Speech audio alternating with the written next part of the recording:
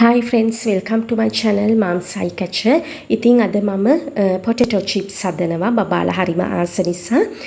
ඉතින් ඉස්සෙල්ලාම මම මේ විදිහට අල හොඳට සුද්ධ කරලා අරගෙන මෙන්න මේ වගේ තීරු වලට කපා ගන්නවා.